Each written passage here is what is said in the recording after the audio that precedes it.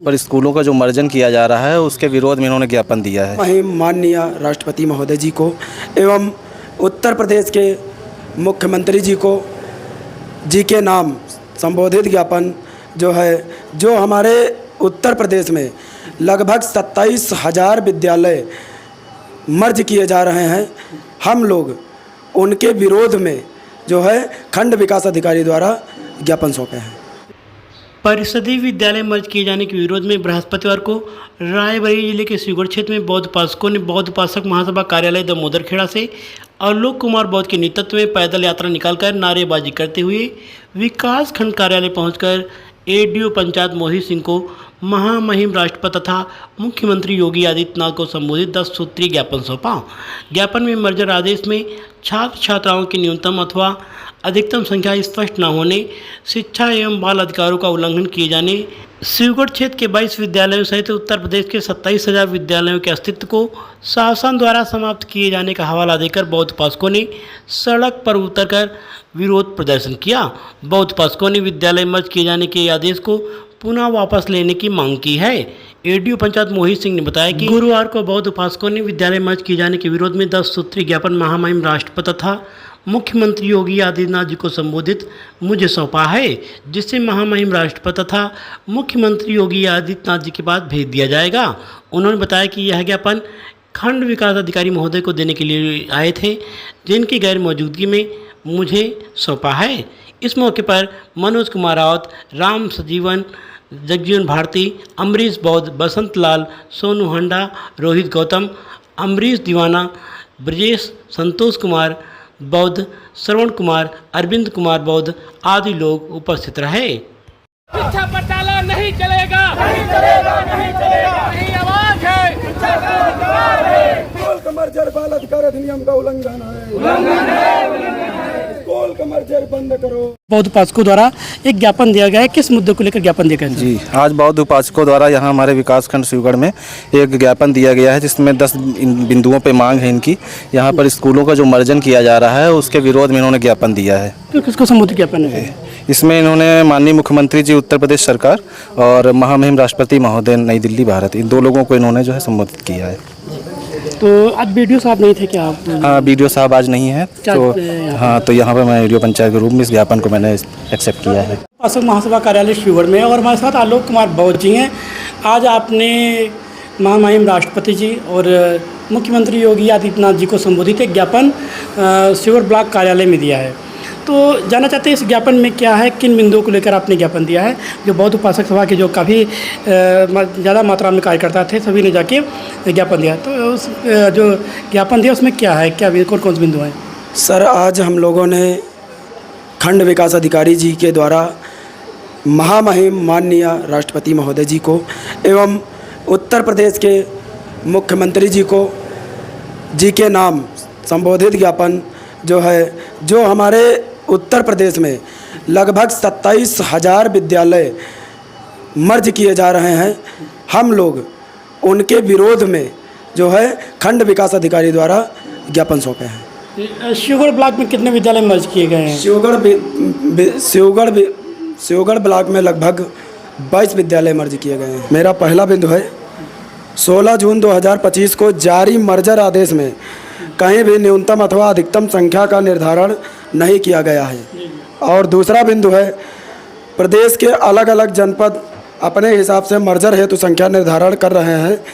कोई जनपद 10 छात्रों को, कोई जनपद 20 को, कोई 50 की संख्या निर्धारण कर रहा है। एक प्रदेश में अलग अलग व्यवस्था का कारण विभाग के इस निर्णय पर सभी नागरिकों को संदेह एवं रोष है। अच्छा, उपासक सभा के कार्यकर्ता काफ़ी मात्रा में थे, रोड पे दिखाई दे रहे थे, इसमें अभिभावक कितने थे रहे होंगे लोग? इसमें ज़्यादा मात्रा में अभिभावक थे, और जैसा कि गढ़ी में जो विद्यालय बंद किया गया है वहाँ के अभिभावक थे, और मनसा खेड़ा का विद्यालय बंद किया गया वहाँ के अभिभावक मौजूद थे, और मनाऊ खेड़ा विद्यालय के अभिभावक मौजूद थे। ऐसे महिमापुर विद्यालय के अभिभावक भी मौजूद थे। अच्छा, आज आपसे एक सवाल है कि जो परिषदीय विद्यालय देखा, जो परिषदीय विद्यालय में जो शिक्षक पढ़ा रहे हैं, चाहे महिला शिक्षक हों चाहे पुरुष शिक्षक हैं, वो उनके अंदर योग्यता कूट के है। और देखा जाए जो प्राइवेट विद्यालय में पढ़ा रहे हैं उनसे ज़्यादा योग्यता है, क्योंकि पहले व्यक्ति सरकारी नौकरी जब बीएड करता है, बीटीसी करता है, तो सबसे पहले सरकारी नौकरी का प्रयास करता है। जब उसे नहीं मिलती सरकारी नौकरी तो जाके प्राइवेट पढ़ाने लगता है। लेकिन वही शिक्षक अपने बच्चे को परिषदीय विद्यालय में पढ़ाकर प्राइवेट में पढ़ाते हैं। क्यों पढ़ाते हैं? ऐसा क्या रीज़न? क्या उनको अपने आप विश्वास नहीं है? हाँ, ऐसा है बिल्कुल। देखिए, हमारे परिषदीय विद्यालय जो हैं उसमें शिक्षक बीएड बीटीसी जैसी कई जो है डिग्रियों को हासिल करने के बाद, लगभग कई कंपटीशन पेपर देने के बाद इतना अनुभव उनके अंदर हो जाता है, उनसे ज़्यादा अनुभवी शिक्षक प्राइवेट विद्यालयों के नहीं हो सकते हैं। लेकिन अभिभावक क्यों विद्यालय में एडमिशन नहीं करा रहे हैं, इसकी जानकारी हमें हमारी उत्तर प्रदेश सरकार को शिक्षकों से लेना चाहिए। जो शिक्षक हैं वही अपने बच्चों को परिषदीय विद्यालय में नहीं पढ़ाना चाहते, उनके लिए सवाल है। जो सरकारी कर्मचारी हैं वो बच्चों को अपने जो प्राइवेट विद्यालय में सरकारी विद्यालय में नहीं पढ़ाना चाहते हैं। और हमने देखा जो पूंजीपति व्यक्ति हैं या सरकारी नौकरी वाले व्यक्ति हैं, उनको जो प्राइमरी ले लीजिए, उच्च प्राइमरी ले लीजिए, माध्यमिक ले लीजिए, इसके लिए उनको प्राइवेट विद्यालय चाहिए। लेकिन जैसे उच्च शिक्षा की बात आती है तो उनको सरकारी विद्यालय चाहिए। बड़े गर्व से कहेंगे हमारा जो कि उच्च शिक्षा के लिए हमारे बेटे का सिलेक्शन सरकारी विद्यालय में हो गया है, तो सरकारी विद्यालय मिल गया है। तो ऐसा क्यों? ऐसा इसमें कहीं ना कहीं शिक्षा की कमी है, क्योंकि गांव में गरीब के बच्चे पढ़ते हैं। आज एक शिक्षक नौकरी पा गया है, इन गांव के नौनिहाल गरीब बच्चों से उनका इस स्थिति में कोई मतलब नहीं है। मेरा ये मानना है कि जिस दिन परिषदीय विद्यालय में, सरकारी विद्यालय में जो अधिकारियों कर्मचारियों के बच्चे पढ़ने लगेंगे, निश्चित रूप से शिक्षा व्यवस्था अपने आप सुधर जाएगी। आपकी क्या राय है?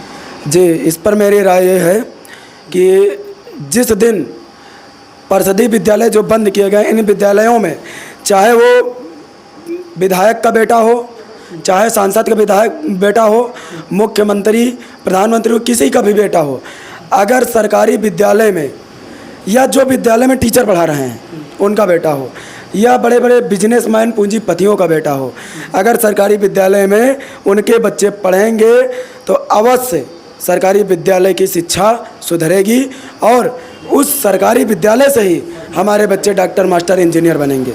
जैसा कि पूर्व में कई सरकारों के शासनकाल में ऐसा एक चीज़ और देखा, जो शिक्षा मंत्री ले लीजिए या अन्य जो कोई ले लीजिए, बड़े अधिकारी ले लीजिए, देखा जाए तो समय समय विद्यालय को चेक करना चाहिए, औचक निरीक्षण करना चाहिए। क्या कभी ऐसा हुआ है किसी मंत्री ने किसी परिषदीय विद्यालय का औचक निरीक्षण किया, उसकी शिक्षा व्यवस्था में सुधार हो? नहीं है, हमें तो ऐसी कोई जानकारी नहीं है और ऐसा कभी नहीं हुआ, क्योंकि नेता लोग सिर्फ अपनी रोटियां सेकते हैं, राजनीति के नाम पर अपनी रोटियां। उनको कुर्सी से मतलब है, जनता जाए भाड़ में।